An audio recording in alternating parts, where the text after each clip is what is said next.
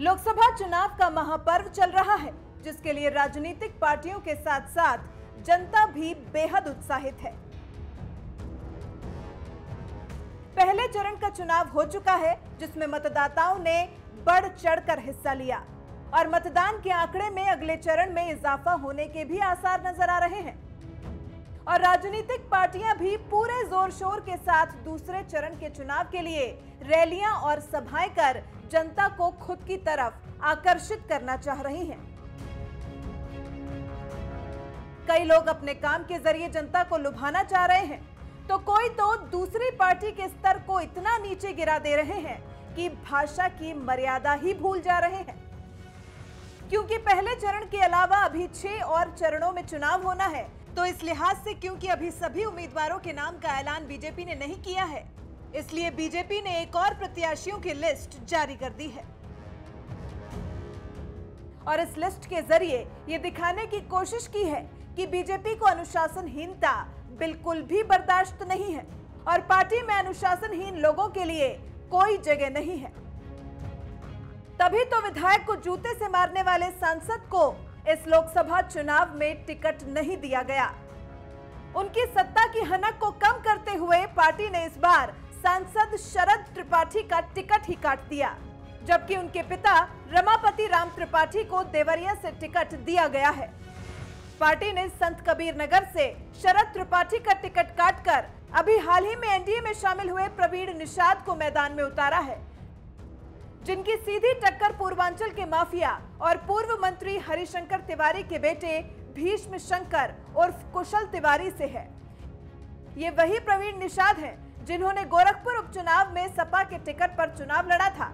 इस बार भी निषाद पार्टी अखिलेश की सपा के साथ मिलकर ही चुनाव लड़ना चाहती थी, लेकिन जब निषाद पार्टी के लिए गठबंधन के पिटारे से मात्र 2 ही सीटें निकलने की बात सामने आई, तो निषाद पार्टी अपना पाला बदलते हुए एनडीए में शामिल हो गई और फिर संत कबीर नगर से जूते मारने वाले सांसद शरद त्रिपाठी का टिकट काटकर प्रवीण निषाद को दे दिया गया। इसके अलावा प्रतापगढ़ से संगम लाल गुप्ता, अंबेडकर नगर से मुकुट बिहारी, जौनपुर से केपी सिंह, भदोई से रमेश बिंद और गोरखपुर से फेमस भोजपुरी स्टार रवि किशन को बीजेपी ने प्रत्याशी के तौर पर ताल ठोकने के लिए मैदान में उतार दिया है। बता दें कि अनुशासनहीनता के लिए जिस सांसद शरद त्रिपाठी का टिकट काटा गया है, उन्होंने पिछले दिनों मेंदावल से बीजेपी विधायक राकेश बघेल के साथ मारपीट की थी। दरअसल हुआ यूं था कि कलेक्ट्रेट में बैठे सांसद शरद त्रिपाठी और विधायक राकेश बघेल के बीच किसी बात को लेकर अनबन इतनी बढ़ गई थी कि मारपीट तक पहुंच गई थी, वो भी कैबिनेट मंत्री आशुतोष टंडन की मौजूदगी में, जिसका वीडियो सोशल मीडिया पर वायरल हो गया था। बीजेपी को शर्मसार कर देने वाली इस घटना से पार्टी का शीर्ष नेतृत्व खासा नाराज था और जिसका खामियाजा शरद त्रिपाठी को भरना भी पड़ा और उन्हें इस बार चुनावी मैदान में एक बार फिर अपनी किस्मत आजमाने का मौका नहीं दिया गया और उनका टिकट काट दिया गया। बीजेपी के स्टैंड से साफ जाहिर है कि पार्टी को किसी भी सूरत में अनुशासनहीनता बर्दाश्त नहीं है। पार्टी में सिर्फ अनुशासन में रहने वाले लोगों के लिए ही जगह है। अगर आप अनुशासन में नहीं रह सकते तो पार्टी में आपके लिए कोई जगह नहीं है। कौन मजबूत बनाएगा? कौन मजबूत बनाएगा? कांग्रेस, राष्ट्रवादी कांग्रेस की महामिलावट क्या भारत को मजबूत बना सकती है?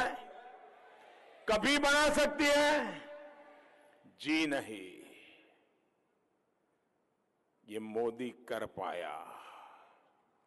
आप और हम मिलकर भारत में एक शक्तिशाली मजबूत भारत के लिए मजबूत सरकार भी बनाएंगे।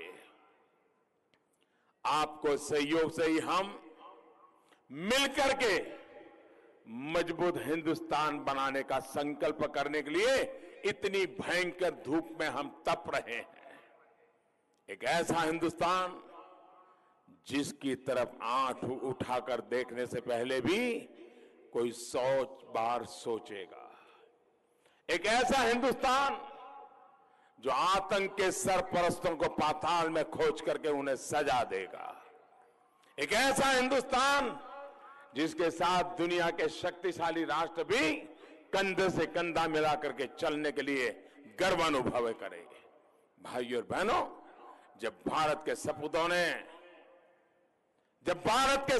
ने पाकिस्तान के बालाकोट में जाकर के आतंकियों के ठिकानों को बर्बाद किया तो आपको गर्व हुआ कि नहीं हुआ? गर्व हुआ कि नहीं हुआ? आपको याद होगा 2014 के चुनाव में मैं एक क्षेत्र में आया था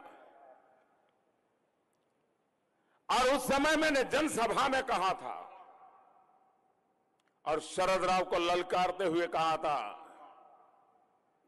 और मैंने कहा था, शरद राव, जब सरकार में दम होती है तब नेता नहीं बोलते, फौजियों की उंगली बोलती है, फौजियों की उंगली चलती है। गोलियों की बौछार होती है, दुश्मनों के सीने चीर लेते हैं। और तब शरद राव बौखला गए थे। उनको लग रहा था ये भाषण के लिए ठीक है, करेगा क्या मोदी? करके दिखाया कि नहीं दिखाया? करके दिखाया कि नहीं दिखाया? आप खुश हैं? आपको संतोष है? मेरी दिशा सही है? मुझे ऐसा ही करना चाहिए कि नहीं करना चाहिए? 2014 में आपके आदेश के बाद, आपकी इच्छा के बाद, आपके इस प्रधान सेवक ने देश की नीति और रीति बदल दी है। अब हम हमला होने के बाद महाराष्ट्र में कितने धमाके हो गए, कितने शहरों में धमाके हो गए, और मुंबई तो एक प्रकार से आतंकवादियों का स्वर्ग बना दिया गया था। और बाद में सरकारों ने क्या किया? कुछ कर पाए क्या? आप जरा जवाब दीजिए, कुछ कर पाए क्या? चुप बैठे थे कि नहीं बैठे थे? भाइयों बहनों, अब हमला होने के बाद हम घर में घुसकर मारते हैं।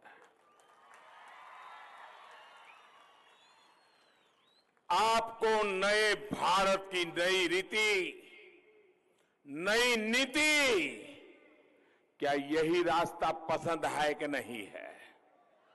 यही रास्ता आपको मंजूर है कि नहीं है? लेकिन कुछ लोग, कुछ राजनीतिक दल है जिनको इससे भी तकलीफ हो रही है।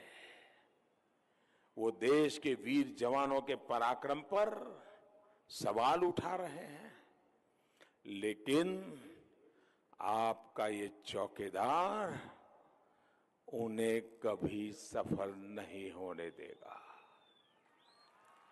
इनकी साजिशों और देश हित के बीच मैं दीवार बनकर के खड़ा हूं, और इसलिए मैं आपसे आशीर्वाद मांग रहा हूं कि मुझे शक्ति दीजिए। छत्रपति शिवाजी महाराज की इस धरती से मुझे आशीर्वाद चाहिए, माता भवानी की इस धरती से मुझे आशीर्वाद चाहिए, विठोबा की इस धरती से मुझे आदर चाहिए, संत रामदास जी की धरती से आशीर्वाद चाहिए। आप मुझे बताइए, आपका आशीर्वाद मेरे साथ है? भाई और बहनों, अपनी इस करनी की वजह से ही कुछ महामिलावटी दलों पर देश का विश्वास पूरी तरह उठ गया है। अरसे बाद मैं एक ऐसा चुनाव देख रहा हूं जहां जनता और सरकार, और पहली बार देखा जा रहा है कि देश की जनता सरकार को वापस करने के लिए, वापस लाने के लिए फिर से बिठाने के लिए, मोदी के हाथ में फिर से देश देने के लिए जनता खुद प्रचार कर रही है, अपने खर्चे से कर रही है, अपनी समय दे रही है। इतनी कड़ी धूप में बच्चे, बूढ़े, माता, बहनें, गांव, शहर लोग निकल पड़े हैं। लोग घर घर जाकर मोदी को वोट देने के लिए कह रहे हैं।